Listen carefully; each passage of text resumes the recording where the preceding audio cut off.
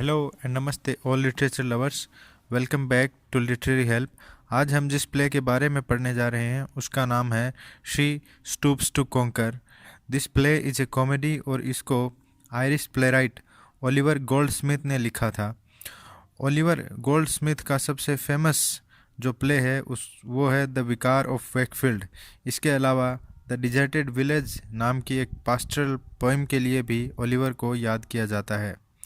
इस प्ले को सबसे पहले 1773 में लंदन में परफॉर्म किया गया था और ये उस समय काफ़ी हिट हुआ था और ये प्ले आज भी पॉपुलर है और इसको परफॉर्म किया जाता है। शुरुआत में इस प्ले का टाइटल रखा गया था मिस्टेक्स ऑफ अ नाइट, क्योंकि इस प्ले का सारा एक्शन एक रात के पीरियड में होता है। इस प्ले को कॉमेडी ऑफ मैनर्स माना जाता है, लेकिन इसमें कॉमेडी ऑफ एरर की भी क्वालिटीज़ हैं, क्योंकि ये प्ले बहुत सारी गलत फहमियों पे बेस्ड है। कॉमेडी ऑफ मैनर में सोसाइटी के तौर तरीक़ों और नॉर्म्स पे सवाल खड़े किए जाते हैं, उन पे शटायर होता है। ऑस्कर वाइल्ड का play the importance of being earnest comedy of manners का सबसे बढ़िया एग्जाम्पल है, जिसमें विक्टोरियन सोसाइटी की मोरालिटी यानी नैतिकता पर सवाल उठाया गया था। प्ले की शुरुआत एक प्रोलॉग से होती है। प्ले की स्टार्टिंग में जो इंट्रोडक्टरी पार्ट होता है उसको प्रोलॉग कहते हैं, जिसमें प्ले के इवेंट्स से रिलेटेड इन्फॉर्मेशन ऑडियंस को दी जाती है। प्रोलॉग में एक कैरेक्टर ये दुख जता रहा है कि कैसे क्लासिकल लो कॉमेडी ख़त्म हो चुकी है और सेंटिमेंटल बनावटी टाइप की कॉमेडी प्लेज लिखे जा रहे हैं। फिजिकल एक्शन और फनी डायलॉग से जो ह्यूमर पैदा होता है उसको लो कॉमेडी कहते थे। वो कैरेक्टर ये उम्मीद करता है कि डॉक्टर ओलिवर गोल्डस्मिथ कॉमेडी में आई इस गिरावट को ठीक कर देंगे। एक्ट 1 बाकी प्ले के लिए एक सेटअप का काम करता है। मिस्टर एंड मिसेस हार्डकासल एक पुराने घर में रहते हैं जिसका नाम है लिबर्टी हॉल। ये घर एक मुसाफिर खाने की तरह दिखता है। मिस्टर हार्डकासल एक पुराने ख्यालात का आदमी है और काफ़ी पैसे वाला है। उसकी पत्नी मिसेस हार्डकासल एक लालची लेडी है और वे दोनों चार्ल्स मार्लो के आने का इंतज़ार कर रहे हैं। मार्लो मिस्टर हार्डकासल के पुराने दोस्त सर चार्ल्स मार्लो का बेटा है और वो एक वेल एजुकेटेड जेंटलमैन है। मिस्टर हार्डकासल और sir Charles Marlow British army में साथ काम करते थे। मिस्टर हार्डकासल की बेटी का नाम केट है। केट अपने पिता के काफ़ी क्लोज है और अपने पिता को खुश रखने के लिए सिंपल कपड़े पहनती है। मिसेस हार्डकासल की भतीजी कॉन्स्टेंस भी उनके साथ रहती है। कॉन्स्टेंस के पास अपने कुछ पुश्तैनी गहने हैं। मिसेस हार्डकासल का अपने पहले वाले शौहर से एक बेटा है टोनी लम्किन, जो एक शराबी और बिगड़ैल है। मिसेस हार्डकासल टोनी की शादी कॉन्स्टेंस से कराना चाहती है ताकि उसके गहनों का वो मालिक हो जाए, मगर टोनी उससे प्यार नहीं करता और ना ही उससे शादी करना चाहता है। टोनी की माँ उसे झूठ ही बेवकूफ़ बनाती है कि तुम लीगल एज के नहीं हो, इसलिए अपनी मर्जी से शादी नहीं कर सकते। एक्ट 2 में मार्लो और उसका दोस्त हेस्टिंग्स वहाँ आते वक्त रास्ते में गुम हो जाते हैं और रास्ता पूछने के लिए वो द थ्री पिजन्स नाम के एक शराब खाने में रुकते हैं। टोनी वहाँ उनको पहचान जाता है और वह उनके साथ एक प्रैंक करता है कि मंजिल अभी दूर है और तुमको रास्ते में एक मुसाफिर खाने में रुकना पड़ेगा। और टोनी उनको जिस मुसाफिर खाने की तरफ भेजता है वो हार्डकासल का घर ही है। मिस्टर हार्डकासल उनका वेलकम करता है। मार्लो घर को मुसाफिर खाना समझकर मिस्टर हार्डकासल के साथ रूडली बिहेव करता है। वह उसको मकान मालिक समझ लेता है और हार्डकासल ये सारी इंसल्ट सब्र के साथ सहन कर लेता है। हार्डकासल शॉक हो जाता है, उसे मार्लो से ये उम्मीद नहीं थी। कॉन्स्टेंस हेस्टिंग्स को बताती है कि टोनी ने तुम्हारे साथ मजाक किया होगा, लेकिन वो दोनों ये बात मार्लो से छुपा लेते हैं। हेस्टिंग्स कॉन्स्टेंस को पसंद करने लगता है और वे दोनों गहने लेकर फ्रांस भाग जाने का प्लान बनाते हैं, लेकिन गहने मिसेस हार्डकासल के पास रखे हैं। मार्लो हाई क्लास औरतों की बजाय लो क्लास वुमेन को पसंद करता है और उन्हीं के साथ वो कंफर्टेबल फील करता है। हाई क्लास वुमेन से बात करने में उसे डर लगता है। हार्डकासल जब मार्लो के बारे में ये सब बात केट को बताता है तो केट एक मोनोलॉग बोलती है जिसकी शुरुआत इन लाइन्स से होती है कि a reserved lover it is said always makes a suspicious husband, कि इस तरह का आदमी कभी एक अच्छा हस्बैंड नहीं बन सकता। जब मार्लो पहली बार केट से मिलता है तो केट के अच्छे कपड़े और पर्सनालिटी देखकर वह उससे बात करने में हिचकिचाता है। वह उसके फेस की तरफ देखता भी नहीं है और अपनी नज़रें नीचे रख के बात करता है, लेकिन केट उसकी तरफ अट्रैक्ट हो जाती है।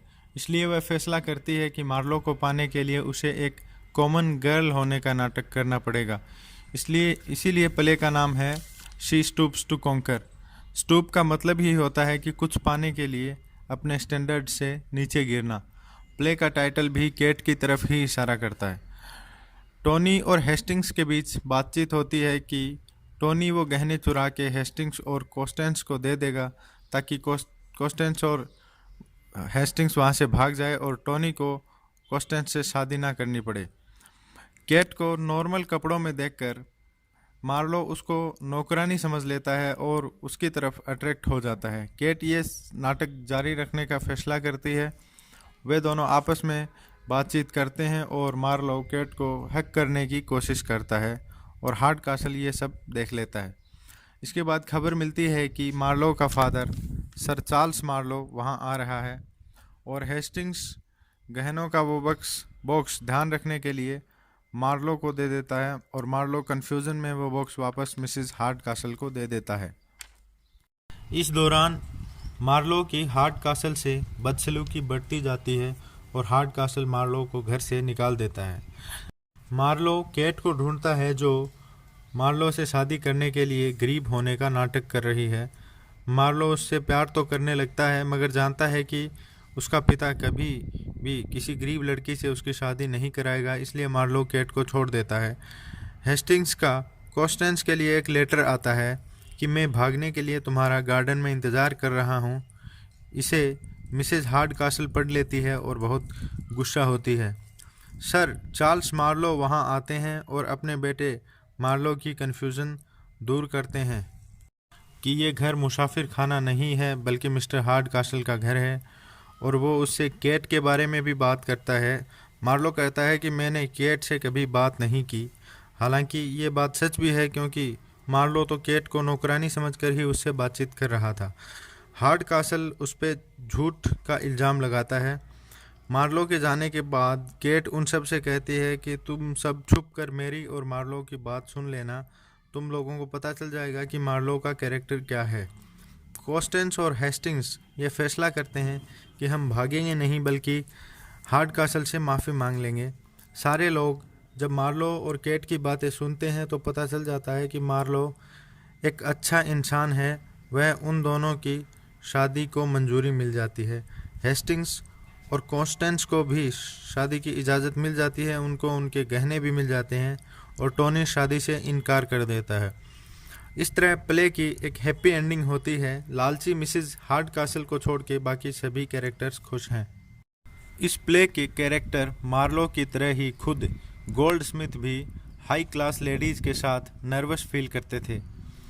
मिस्टर हार्ड कासल से बदसलूकी करने के बावजूद भी मार्लो ऑडियंस को बुरा नहीं लगता क्योंकि मार्लो के रूड बिहेवियर से ही ह्यूमर पैदा होता है। इस प्ले में रोमांटिक कॉमेडी के भी कई एलिमेंट्स हैं। रोमांटिक कॉमेडी ये दिखाती है कि यंग पीपल लव में किस तरह से बिहेव करते हैं और लव में क्या क्या बेवकूफ़ियाँ करते हैं।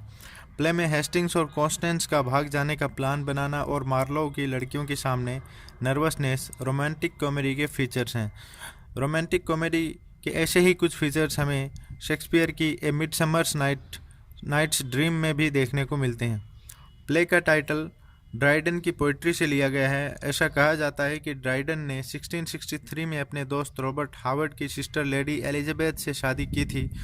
उस लेडी के कई स्कैंडल्स और अफेयर भी थे और उसके भाइयों की दादागिरी के दबाव में ड्राइडन ने उससे शादी की थी। इसके बाद ही ड्राइडन ने सटायर में इस तरह की लाइन्स लिखी थी। प्ले में टोनी एक ऑनेस्ट कैरेक्टर है। वह अपनी बेसिक ह्यूमन नेचर को कबूल करता है। वह हिपोक्रिट नहीं है, यानी दोगला इंसान नहीं है। वह लाइफ एंजॉय करता है, शराब पीता है और जुआ खेलता है।